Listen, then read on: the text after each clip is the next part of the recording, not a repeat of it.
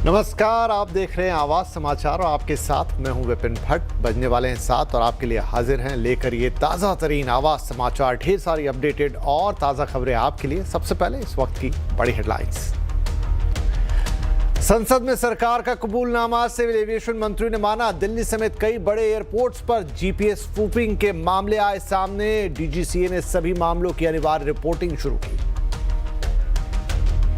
CNBC आवाज की खबर पर लगी मोहर। वित्त मंत्री ने पेश किए 2 अहम बिल। पान मसाला गुटखा पर सेस के लिए हेल्थ सिक्योरिटी से नेशनल सिक्योरिटी बिल, तो सिगरेट और सिगार पर टैक्स के लिए सेंट्रल एक्साइज अमेंडमेंट बिल किया गया पेश। संसद के शीतकालीन सत्र से पहले प्रधानमंत्री मोदी का बयान। बोले विपक्ष नाकामी और हार को पचा नहीं पा रहा, विपक्ष को दी रणनीति बदलने की सलाह। कहा ड्रामा की जगह डिलीवरी पर फोकस करे विपक्ष।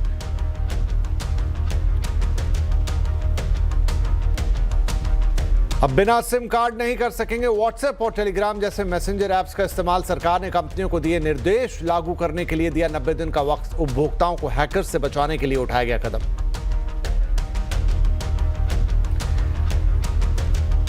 सीबीआई करेगी डिजिटल अरेस्ट मामले की जांच। सुप्रीम कोर्ट ने दिया आदेश। रिजर्व बैंक को किया नोटिस जारी, पक्षकार के तौर पर शामिल।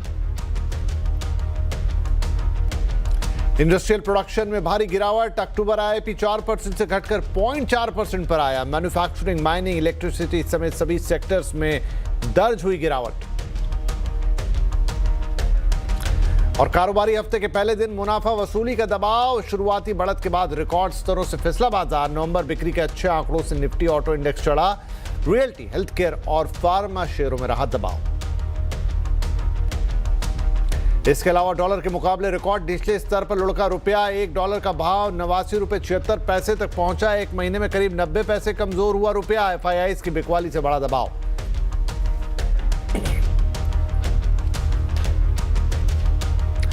अगर आप हवाई सफर करते हैं तो ये खबर आपके बेहद काम की है और बहुत ध्यान से सुनिएगा। एयरपोर्ट पर जीपीएस स्पूफिंग के मामले को लेकर सरकार का एक बड़ा कबूलनामा सामने आया है। सिविल एविएशन मंत्री राम मोहन नायडू ने संसद में माना है कि दिल्ली समेत देश के कई बड़े एयरपोर्ट्स पर जीपीएस स्पूफिंग के मामले आए हैं। और ज्यादा डिटेल देने के लिए हमारे साथ है हमारे संवाददाता रोहन सिंह। तो रोहन, सरकार ने बाकायदा संसद में माना है कि जीपीएस स्पूफिंग के मामले आए हैं। क्या कहा है उन्होंने, किस तरह का कबूलनामा है ये? जी, जीपीएस स्पूफिंग के मामले पहले भी आते रहे हैं, कभी कॉन्फ्लिक्ट की सिचुएशन में, कभी बॉर्डर एरियाज में, लेकिन ये पहली बार है कि सरकार की तरफ से कहा गया है संसद में कि ना सिर्फ ये मामले आ रहे हैं, बढ़ रहे हैं, बल्कि सिर्फ ये कॉन्फ्लिक्ट सिचुएशन तक अब ये नहीं रहा है। ये सिविलियन एयर स्पेस में, सिविलियन एयरपोर्ट्स के पास भी इस तरह के मामले आ रहे हैं। यहाँ तक कि दिल्ली के इंदिरा गांधी अंतर्राष्ट्रीय हवाई अड्डे के पास भी इस तरह का मामला आया है। रनवे 10 के पास ये भी संसद में के राम मोहन नायडू की तरफ से कहा गया। ये भी कहा गया कि कई सारे और एयरपोर्ट, अमृतसर, कोलकाता, बैंगलोर, हैदराबाद, चेन्नई, इन सभी जगहों पे जहां सिविलियन एयर स्पेस है वहां पे भी स्पूफिंग के मामले आए हैं। हालांकि ये जरूर कहा गया कि हमारी जो व्यवस्था है, जो हमारा एसओपीज हैं, वो काफी हैं इनसे निपटने के लिए, क्योंकि सिर्फ हम जीपीएस पे नेविगेशन के लिए डिपेंडेंट नहीं रहते हैं, बाकी भी तरीके हैं जिनसे लैंडिंग कराई जाती है, टेक ऑफ कराया जाता है। तो कोई बहुत बड़ी चिंता की बात नहीं है, लेकिन ये मामले बढ़ रहे हैं, ये जरूर है। और साथ ही ये भी कहा गया कि डीजीसीए ने 10 नवंबर को एक एसओपी जारी किया था कि 10 मिनट के अंदर अगर स्पूफिंग का कोई भी मामला आता है, चाहे वो पायलट हो, चाहे वो एटीसी हो, इसे रिपोर्ट तुरंत किया जाए। इसके अलावा एयरपोर्ट अथॉरिटी ऑफ इंडिया ने वायरलेस मॉनिटरिंग ऑर्गेनाइजेशन को कहा है कि सोर्स का पता लगाया जाए कि आखिर ये स्पूफिंग आ कहां से रही है, कौन कर रहा है। तो इन सभी चीजों पे काम हो रहा है, लेकिन ये जरूर है कि जिस तरीके से मामले बढ़ रहे हैं, सिविलियन स्पेस में बढ़ रहे हैं, अलग अलग एयरपोर्ट्स पे बढ़ रहे हैं, तो ये चिंता की बात जरूर सामने आई है। तो रोहन, दर्शकों को ये बताना बेहद जरूरी है, थोड़ा आइडिया शायद उन्हें लगा होगा कि जीपीएस स्पूफिंग होता क्या है, कैसे काम करता है, इससे क्या इश्यूज होते हैं और समाधान इसका क्या कोई है? जी, जीपीएस स्पूफिंग अगर बहुत आसान शब्दों में कहें तो जो सिग्नल जीपीएस का आता है वैसा ही मिलता जुलता सिग्नल आप विमान की तरफ टारगेट किया जाता है, जिससे कि विमान दिग्भ्रमित हो जाए। जैसे आप नॉर्मल जब ड्राइव करते हो तो आप अलग अलग तरह के मैप्स का यूज़ करते हो। इमेजिन कीजिए कि उस मैप की जगह आपको कोई और मैप दिख जाए। मसलन कई सारे पायलट्स ने ये कंप्लेन की है कि जब वो रनवे के पास आते हैं वहाँ रनवे की जगह उन्हें कोई और टेरेन दिख जाता है, कोई खेत दिख जाता है या उस तरह के सिग्नल्स आने लगते हैं। तो इस तरह की टेक्निक्स आमतौर पे वॉरफेयर में इस्तेमाल की जाती है, ड्रोन्स को मिसगाइड करने के लिए की जाती है, लेकिन इस तरह के मामले बढ़ रहे हैं अब सिविलियन क्षेत्रों में, तो ये एक चिंता की बात जरूर है। और इसमें कुछ चीजें जो है कि एक अंतर है, दो तरह की चीजें होती हैं, एक होती है जीपीएस जैमिंग और एक होता है जीपीएस स्पूफिंग। जैमिंग में आप उस सिग्नल से ज्यादा मजबूत सिग्नल डाल देते हो तो वो जैम हो जाता है, लेकिन यहाँ स्पूफिंग में वैसा ही मिलता जुलता सिग्नल विमान को भ्रमित करने के लिए दिया जा रहा है। अभी तक बचने के तरीके क्या है, तो कुछ चीजें जो कि जो इंटरनेशनली जिसको अपनाया जाता है, एक तो ये है कि आप सिविल मिलिट्री जो कोऑर्डिनेशन है वो बहुत जरूरी है, क्योंकि कई बार मिलिट्री एक्सरसाइजेज में से किया जाता है। दूसरा, अलग अलग जो नेविगेशन के तरीके हैं, रेडियो नेविगेशन, उसे अपग्रेड करने की भी जरूरत है। और रिपोर्टिंग बहुत इंपॉर्टेंट है, तो इसलिए डीजीसीए ने भी हाल में कहा कि हर इस तरह का जो भी मामला आता है तुरंत उसकी रिपोर्टिंग की जाए। तो ये कुछ तरीके हैं फिलहाल, लेकिन ये है कि मामले बढ़ रहे हैं और ये चिंता की बात है। वाकई चिंता की बात है कि पायलट को अपने ओरिजिनल जीपीएस सिग्नल्स की जगह, जीपीएफ मैपिंग की जगह कोई और डमी मैपिंग मिले, डमी सिग्नल्स मिले, उसको लगे कि एयरफील्ड नहीं है तो खेत है, ये रनवे नहीं है कोई और चीज़ है, तो ये चिंता की बात होगी ही। लेकिन सरकार ने ये भी कहा है कि ये हैंडल किए जा रहे हैं। तो ये क्या बड़ी और महत्वपूर्ण खबर एविएशन सेक्टर के लिए। लेकिन इसके अलावा एक और बड़ी खबर इसी सेक्टर से जुड़ी हुई है, वो ये है कि एयरपोर्ट रेगुलेटर AERA ने TDSAT के उस फैसले को चुनौती देने का फैसला किया, जिसके बाद दिल्ली और मुंबई एयरपोर्ट के टैरिफ में कई गुना का इजाफा हो सकता है। जुलाई में ट्रिब्यूनल ने दिल्ली और मुंबई के एयरपोर्ट्स ऑपरेटर्स के पक्ष में एक फैसला दिया था, और ज़्यादा डिटेल हमें रोहन ही बताएंगे। तो रोहन, ये एक और बड़ी कहानी है जो घूम रही है कि अब मुंबई दिल्ली जैसी जगहों पर जो यूजर्स फीस है वो मल्टीपल टाइम 20-22 गुना तक बढ़ सकती है। कैसे? जी, दरअसल ये किस तरीके से एयरपोर्ट टैरिफ का डिटर्मिनेशन हो, ये कानूनी विवाद बहुत लंबे समय से चल रहा था। अब TDSAT ने जुलाई में एक रूलिंग दी, उसमें कहा कि एरा जो कि एयरपोर्ट रेगुलेटर है, जो डिसाइड करता है टैरिफ कितनी होनी चाहिए, वो जो तरीका अपनाते हैं उसे बदलने की जरूरत है, नया कैलकुलेशन करने की जरूरत है। उन्होंने पूरा एक फॉर्मूला बताया है कि उस फॉर्मूले को बताया जाए, और बहुत आसान शब्दों में कहें कि अगर ये नया फॉर्मूला अपनाया जाता है तो जो एयरपोर्ट टैरिफ है वो अभी के मुकाबले कई गुना ज्यादा बढ़ जाएगा। इसका मतलब ये होगा जो यूजर डेवलपमेंट फीस आप देते हैं दिल्ली और मुंबई एयरपोर्ट में, वो कई गुना बढ़ जाएगी। जो लैंडिंग पार्किंग चार्जेस होते हैं वो कई गुना बढ़ जाते हैं, कार्गो के जो चार्जेस होते हैं वो बढ़ जाएंगे। कितना बढ़ जाएगा, तो आप समझ लीजिए कि अभी दिल्ली से जब आप फ्लाई करते हैं 129 रुपया डोमेस्टिक फ्लाइट का एक UDF आप देते हैं, ये लगभग 900% तक बढ़ सकता है, यानी 1200 के करीब हो सकता है। मुंबई में भी लगभग इसी रेंज में है, लेकिन ये बढ़ के 3800 तक हो सकता है। ठीक इसी तरह से इंटरनेशनल फ्लाइट्स में और ज्यादा बढ़ सकता है। जो सरकार का अपना अनुमान है, जो सूत्र हमें बता रहे हैं, करीब, हालांकि ये जो नियम था ये फर्स्ट कंट्रोल पीरियड के लिए था, लेकिन ये सभी पे लागू होगा। और अगर पुराने जितने कंट्रोल पीरियड हैं जब से प्राइवेटाइजेशन हुआ है दिल्ली और मुंबई एयरपोर्ट का, सबको मिला दिया जाए तो करीब 50,000 करोड़ से ज्यादा का इम्प्लीकेशन आएगा। तो अब जो एयरपोर्ट रेगुलेटर है, एरा है, वो इस TDSAT के फैसले के खिलाफ सुप्रीम कोर्ट पहुंची है। हो सकता है कि 3 दिसंबर को इसमें सुनवाई भी होगी, और सरकार की दलील यही होगी कि पैसेंजर पर बोझ ना पड़े, इसकी पूरी कोशिश की जाएगी। इसलिए इस TDSAT के फैसले को चुनौती दी गई है। और शुक्रिया। लेकिन आपने जो कैलकुलेशन बताई, फॉर एग्जांपल मुंबई के लिए 3800 रुपये अगर एक टिकट पे, डोमेस्टिक फ्लाइट के टिकट पे बढ़ती है तो बहुत बड़ी रकम है। इतने का तो टोटल टिकट हो जाता है कई बार। बहुत शुक्रिया, और इस खबर पे आपसे लगातार अपडेट लेते रहेंगे कि क्या फैसला इस पर निकल कर आया है। अब आपके काम की कुछ और खबरें। फ़ोन तो हम सभी इस्तेमाल करते हैं, तो अब आप बिना सिम कार्ड के व्हाट्सएप और टेलीग्राम जैसे मैसेंजर ऐप्स का इस्तेमाल नहीं कर पाएंगे, कोई भी नहीं कर पाएगा। सरकार ने इसके लिए फिजिकल सिम कार्ड का होना अनिवार्य कर दिया है, और अगर आप डेस्कटॉप पर इसका इस्तेमाल करते हैं तो आपको हर 6 घंटे के अंदर दोबारा लॉग इन करना पड़ेगा, यानी ऑटो लॉग आउट हो जाएगा 6 घंटे के अंदर। इसके क्या बदलाव आ रहे हैं और डिटेल दे रहे हैं हमारे संवाददाता असीम बनचंदा कि कैसे ये सब कुछ इंप्लीमेंट होने जा रहा है। सरकार ने सभी मैसेंजर्स कंपनियों को सिम बाइंडिंग करने के निर्देश दिए। इसका ये मतलब है कि आप व्हाट्सएप, टेलीग्राम या सिग्नल जैसे ऐप का इस्तेमाल करते हैं तो आपके मोबाइल में फिजिकल सिम का होना अनिवार्य है। पहले क्या होता था कि आप OTP के जरिए एक बार लॉगिन कर लेते थे तो वो चलता रहता था, लेकिन अब ऐसा नहीं होगा। आपके मोबाइल में फिजिकल सिम होना अनिवार्य कर दिया जाएगा। जैसे ही आप सिम निकालेंगे आपका ऐप काम करना बंद कर देगा। कई बैंकिंग कंपनियां पहले से इस टेक्नोलॉजी का इस्तेमाल कर रही हैं, जहां पर कि आपके पास सिम नहीं होता तो ऐप आपको अपने आप लॉग आउट कर देता है। और इसके साथ साथ सरकार ने यह भी कहा है कि अगर आप डेस्कटॉप पर किसी ऐप का इस्तेमाल कर रहे हैं, जैसे व्हाट्सएप है या टेलीग्राम है, तो हर 6 घंटे बाद आपको दोबारा से लॉगिन करना पड़ेगा। ऐप आपको ऑटोमेटिकली इससे साइन आउट कर देगा और 6 घंटे के बाद आपको दोबारा से साइन इन करना पड़ेगा। दरअसल हैकर इसका बहुत गलत इस्तेमाल कर रहे थे। व्हाट्सएप की रिपोर्ट कहती है कि पिछले 1 महीने के अंदर 1 करोड़ लोगों को व्हाट्सएप से साइन आउट किया गया और उस व्हाट्सएप के जरिए स्कैम किए गए। तो सरकार का कहना है कि ये व्हाट्सएप जो मैसेज सिम बाइंडिंग है वो करना काफी अनिवार्य था। तो अब इसको सरकार ने लागू करने के लिए 90 दिन का कंपनियों को वक्त दिया। 90 दिन के बाद कंपनियां आपको बाइंडिंग कर देंगी। उसके बाद यदि आप टैबलेट्स या फिर डेस्कटॉप पे इसका इस्तेमाल करेंगे तो आपको 6 घंटे के बाद दोबारा से लॉगिन करना होगा। असीम मनचंदा, CNBC आवाज। अब एक और खबर जो कि काफी लोगों के काम की है और जानना सबको जरूरी है। तंबाकू, सिगरेट और पान मसाला पर टैक्स का बोझ बढ़ने वाला है। सरकार ने लोकसभा में 2 नए बिल पेश किए हैं, जिसके बाद टैक्स की मार इन कंपनियों पर भी बढ़ेगी। इन प्रोडक्ट्स के दामों पर भी असर आएगा। और ज़्यादा डिटेल्स लेते हैं अपने economic policy editor Lakshman Roy से।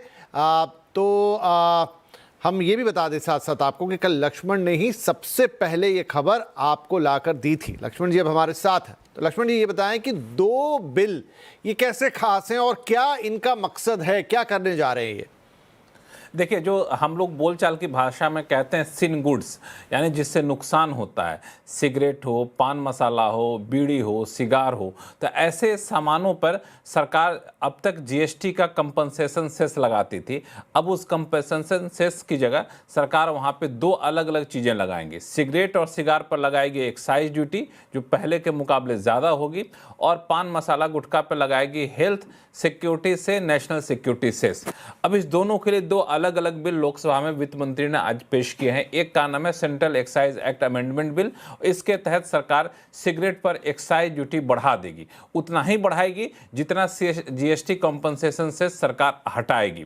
दूसरा, पान मसाला गुटखा के लिए सरकार ने हेल्थ सिक्योरिटी से नेशनल सिक्योरिटी सेस लगाने का फैसला लिया है और इसके लिए प्रस्ताव बिल के जरिए लोकसभा में रखा है। और ये जो होगा, जो गुटखा बनाने वाली मशीनें होंगी, वो मशीन कितनी रफ्तार से कितने पाउच के गुटखे बना लेती है, उसके आधार पर तय किया जाए कितना उस पर सेस लगाना है। तो ये दोनों लोकसभा में पारित होने के बाद ये दोनों टैक्स जो है, जिसको एक को सेस का नाम दिया गया है, एक एक्साइज ड्यूटी बढ़ी हुई होगी, दोनों अमल में आ जाएगी। तो लक्ष्मण ये बताइए क्या माने कि ये बिल पास होने के बाद ये सिन प्रोडक्ट्स महंगे हो जाएंगे पहले के मुकाबले? देखिए, इसमें 2 बातें हैं। पहली बात तो ये है कि ये जो सिगरेट पे और सिगार पे जो एक्साइज ड्यूटी बढ़ाई जा रही है, दरअसल वो तकनीकी तौर पर यह है कि जब जीएसटी लागू हुआ था उस वक्त राज्यों ने कहा था कि हमें नुकसान होगा जीएसटी लागू होने से, तो हमें भरपाई कैसे करेंगे। तो सरकार ने कहा, केंद्र सरकार ने, कि हम ऐसा करते हैं कि आपको सेस लगाते हैं सिगरेट पे, सिगार पे, और वो सेस से जो पैसा आएगा आपको दे दिया जाएगा। तो सेस सरकार ने कैसे लगाया? एक्साइज ड्यूटी जो पहले लगती थी सिगरेट पे, उसी का एक बड़ा हिस्सा सरकार ने हटा दिया और उसको सेस का नाम दे दिया। मान लिया 100 रुपये लगता थे एक्साइज ड्यूटी, तब 70 रुपये सेस के तौर पर लगेगा, 30 रुपये एक्साइज ड्यूटी के तौर पर लगेगी। अब चूंकि राज्यों का नुकसान लगभग भरपाई हो चुकी है, तो जैसे ही 100% नुकसान की भरपाई हो जाएगी, उसके बाद वो सेस हट जाएगा। सेस हट जाएगा तो ये जो 70 रुपये लगा सेस के तौर पर निकाला था एक्साइज से, वापस से उसको जोड़ दिया जाएगा एक्साइज में, तो नेट बराबर हो जाएगा। लेकिन चूंकि बदलाव होता है, कैलकुलेशन नए सिरे से होता है, थोड़े बहुत फर्क पड़ने की संभावना जताई जा रही है। ये फाइनल कैलकुलेशन के आधार पर निर्भर करेगा। जो गुटखा के ऊपर जो सेस लगाया गया है वो वाकई एक बड़ा सेस होगा और मुझे लगता है कि उसकी वजह से कीमतें थोड़ी बहुत बढ़ सकती हैं। हालांकि वो भी कंपनसेशन सेस हटने के बराबर कोशिश की जा रही है कि गुटखा पे सेस लगाया जाए, हेल्थ और सिक्योरिटी सेस। बहुत शुक्रिया लक्ष्मण, ये पूरा मैकेनिज्म हमें समझाने के लिए। तो जैसा लक्ष्मण बता रहे हैं कि शायद बहुत ज़्यादा कीमतों में फ़र्क नहीं आएगा। खैर, ये महंगी हो ना हो, लेकिन सिगरेट, गुटखा, पान, तंबाकू जैसी चीज़ें जिसमें तंबाकू और इन सब चीज़ों का इस्तेमाल हो रहा है, हम बताना चाहेंगे कि वो स्वास्थ्य के लिए हानिकारक है, तो इनका प्रयोग ना करें तो बेहतर है। बहुत शुक्रिया लक्ष्मण। आगे बढ़ते हैं। डिजिटल अरेस्ट मामले में सुप्रीम कोर्ट ने पूरे देश के मामलों की जांच अब सीबीआई को सौंप दी है। सुप्रीम कोर्ट ने राज्यों को जांच में सहयोग करने के निर्देश भी दिए हैं। आज कोर्ट ने क्या आदेश दिया है, बता रहे हैं हमारे संवाददाता असीम मनचंदा। सुप्रीम कोर्ट के नाम पर डिजिटल अरेस्ट का मामला सामने आया था। इसको लेकर के सुप्रीम कोर्ट ने खुद इस मामले का संज्ञान लेते हुए सुनवाई की थी। आज सुप्रीम कोर्ट ने इस मामले में अपना फैसला सुनाया। सुप्रीम कोर्ट ने पूरे देश में जितने भी डिजिटल अरेस्ट के मामले हुए उसकी जांच सीबीआई को करने के निर्देश दिए। राज्यों को कहा है कि आप सीबीआई को सहयोग करिए। कई राज्यों ने अपने यहाँ पर से परमिशन सीबीआई को जांच करने की नहीं दी हुई है, लेकिन सुप्रीम कोर्ट ने कहा कि आप डिजिटल अरेस्ट की जांच करने की परमिशन सीबीआई को देंगे। इसके साथ साथ सुप्रीम कोर्ट ने कहा कि अगर इस मामले के तार कहीं भी अंतर्राष्ट्रीय स्तर से जुड़े हुए हैं तो इसकी जांच की जानी चाहिए और सीबीआई इस मामले में इंटरपोल की मदद भी ले। सुप्रीम कोर्ट ने यह भी कहा कि अगर कोई बैंकर इस मामले में शामिल है जिन्होंने की खाते खोलने में मदद की है तो सीबीआई उनकी भी जांच करेगा। इसके साथ साथ सुप्रीम कोर्ट ने आरबीआई को भी इस मामले में पार्टी बनाया है। आरबीआई से पूछा है कि क्या हम आर्टिफिशियल इंटेलिजेंस या मशीन लर्निंग का इस्तेमाल करके किसी तरह से इन स्कैम्स को रोक सकते हैं या फिर इन खातों को बनाए जाने से रोक सकते हैं। तो अब सुप्रीम कोर्ट ने कहा कि अगर जरूरत पड़ी तो हम इस मामले में एसआईटी का भी गठन करेंगे और अब सुप्रीम कोर्ट इस पूरे मामले की सुनवाई 2 हफ्ते के बाद दोबारा से करेगा। इंडस्ट्रियल प्रोडक्शन के मोर्चे पर बुरी खबर है। अक्टूबर में इंडेक्स ऑफ इंडस्ट्रियल प्रोडक्शन यानी आईआईपी की रफ्तार में गिरावट आई है। ये 14 महीने के निचले स्तर पर चला गया है। अक्टूबर में आईआईपी ग्रोथ 4% से घटकर मात्र 0.4% पर आ गई है। इस दौरान मैन्युफैक्चरिंग ग्रोथ 4.8% से घटकर 1.8% पर आई है, जबकि इलेक्ट्रिसिटी ग्रोथ 3.1 से घटकर -6.9% पर चली गई है। प्राइमरी गुड्स ग्रोथ भी घटकर माइनस में आ गई है। Mining, capital goods, infra goods, consumer durables और कंज्यूमर नॉन ड्यूरेबल ग्रोथ में भी गिरावट दिखी है। सरकार का कहना है कि अक्टूबर में कम कामकाजी दिनों की वजह से आईआईपी ग्रोथ में गिरावट दर्ज की गई है।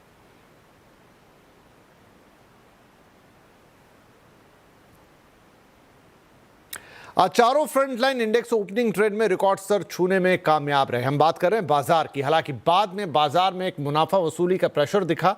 सेंसेक्स आज 65 पॉइंट गिरा तो निफ्टी 27 पॉइंट की गिरावट के साथ बंद हुआ। नवंबर बिक्री के अच्छे आंकड़ों से निफ्टी ऑटो इंडेक्स जरूर चढ़ा। मेटल, आईटी शेयरों में हल्की खरीदारी थी, लेकिन रियल्टी, हेल्थ केयर, फार्मा इन सब में दबाव था। निफ्टी फार्मा इंडेक्स आज ऊपरी स्तर से करीब 1% तक फिसल गया। लेकिन आज खास सुर्खियां बटोरी रुपए ने। डॉलर के मुकाबले रुपया रिकॉर्ड निचले स्तरों पर फिसल गया है। क्यों टूट रहा है रुपया और कहां तक और गिर सकता है और फिसल सकता है, बता रही है हमारी कमोडिटी एडिटर मनीषा गुप्ता।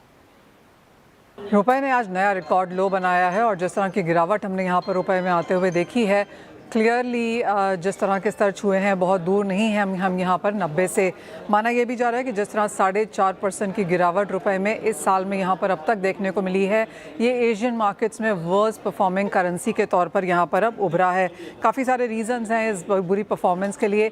एक तो ये कि रुपया लगातार यहाँ पर गिरता रहा है और आरबीआई की तरफ से हमने बहुत बड़ी डिफेंसिव स्ट्रैटेजी यहाँ पर बनते हुए नहीं देखी है। ये एक रीज़न है। बाजार को लगता है कि शायद आरबीआई यहाँ पे बार बार आके डॉलर नहीं कट करेगा और इसलिए यहाँ पर थोड़ा सा प्रेशर लगातार बनता हुआ नजर आया। सेकंड पॉइंट यहाँ पर ये है कि एफआईआई आउटफ्लोज यहाँ पर काफ़ी हैं।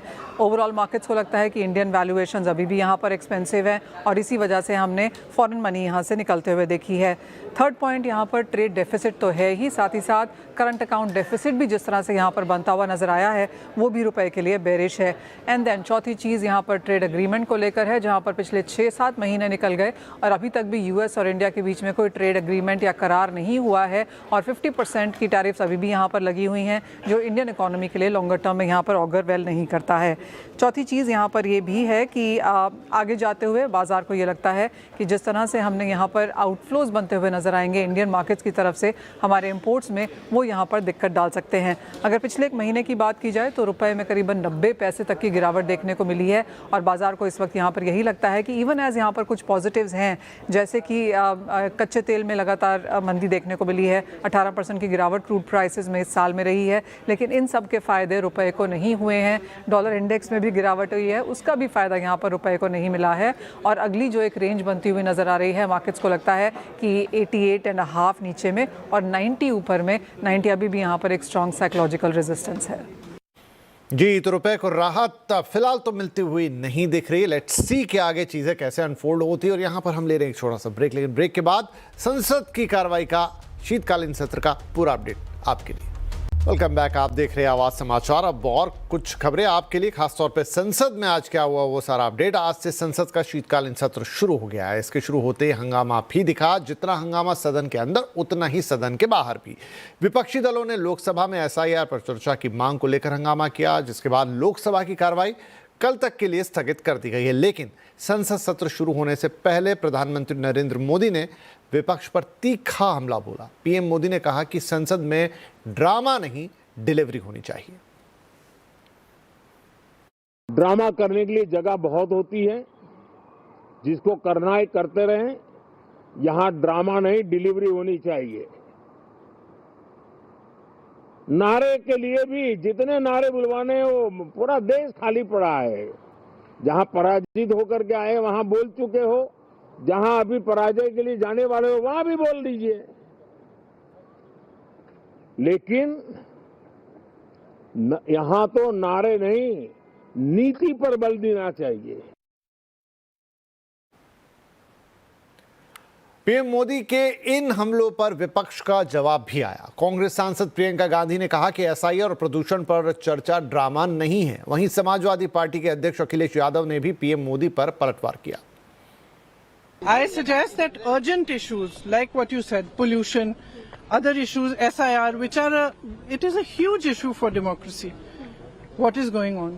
Whether it's the election situation or the SIR, these are huge issues. Let's discuss them. What is Parliament for? Let's discuss them. Let them have a discussion.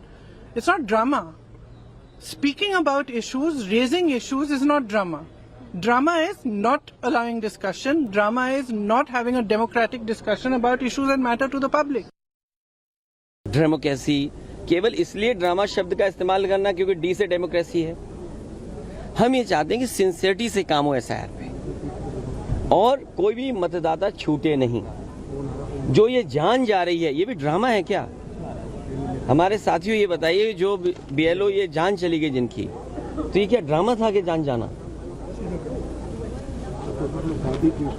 तो ये शब्दों पे मत खेलिए, इधर उधर मत जाइए। इलेक्शन कमीशन की जिम्मेदारी ये बनती है कि सभी का वोट बन जाए। राज्यसभा में आज नेता विपक्ष और कांग्रेस अध्यक्ष मल्लिकार्जुन खड़गे के बयान पर संग्राम छिड़ गया। नए सभापति को लेकर स्वागत वक्तव्य में खड़गे ने पूर्व सभापति जगदीप धनखड़ के फेयरवेल का मुद्दा उठाया। लगे हाथ खड़गे ने नए सभापति सीपी राधाकृष्णन को नसीहत भी दे डाली।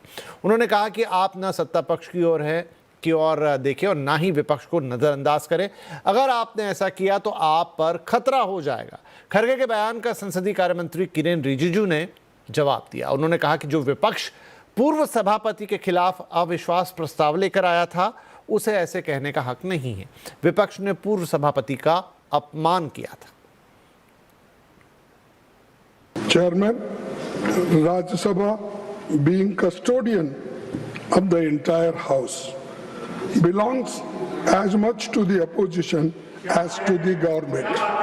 Being custodian of the entire house belongs as much to the opposition as to the government. Please, I was आप बैठिए, I was disheartened Please, that the House did not get an opportunity to bid him a farewell. Regardless,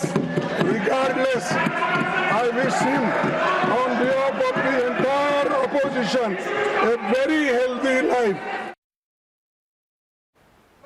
सिर्फ इतना याद दिलाना चाहता हूं कि आप लोगों ने भूतपूर्व उपराष्ट्रपति को, भूतपूर्व चेयरमैन को जिस भाषा का इस्तेमाल करके आप लोगों ने जो अपमान किया, आप क्या वो भूल गए?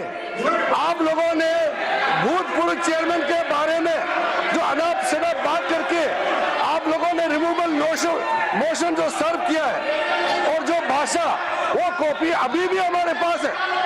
कांग्रेस पार्टी और आप लोगों ने फॉर्मर वाइस प्रेसिडेंट के खिलाफ जो भाषा का इस्तेमाल किया, जो आप लोगों ने रिमूवल नोटिस में जो शब्दों का इस्तेमाल किया, आप लोग खुद सोचिए कि चेयर का गरिमा को आप लोगों ने कितना तार-तार किया है, और आज आप यहाँ ध्यान देने का काम करते हैं। तो आज आवाज अड्डा में भी संसद के शीतकालीन सत्र और पीएम मोदी के मैसेज पर ही चर्चा होने जा रही है। ड्रामा नहीं, डिलीवरी। तो शाम 7:57 पर अब से कुछ देर बाद जरूर जुड़िएगा हमारे साथ। आज का आवाज अड्डा, ड्रामा नहीं डिलीवरी, CNBC आवाज।